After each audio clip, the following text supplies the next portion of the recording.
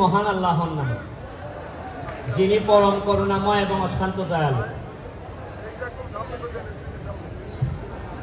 শুনেন, সবাই এমপি হয়, অনেকেই এমপি হয়, কিন্তু সব এমপির কপালে যমুনা জুটে না।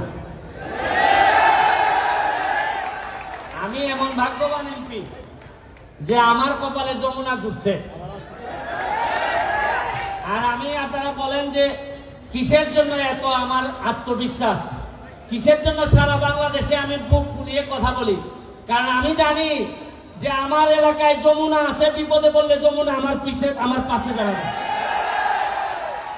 আমি শুরুতেই আত্মার মাগফিরাত কামনা করি আমাদের বাবুল সাহেব, নুরুল ইসলাম বাবুল সাহেবের, যে আমার একটা ইচ্ছা ছিল উনি জীবিত থাকতে আমি যদি এই জায়গার এমপি হইতাম, হয়তো ওনার সাথে আমার দেখা হইতো।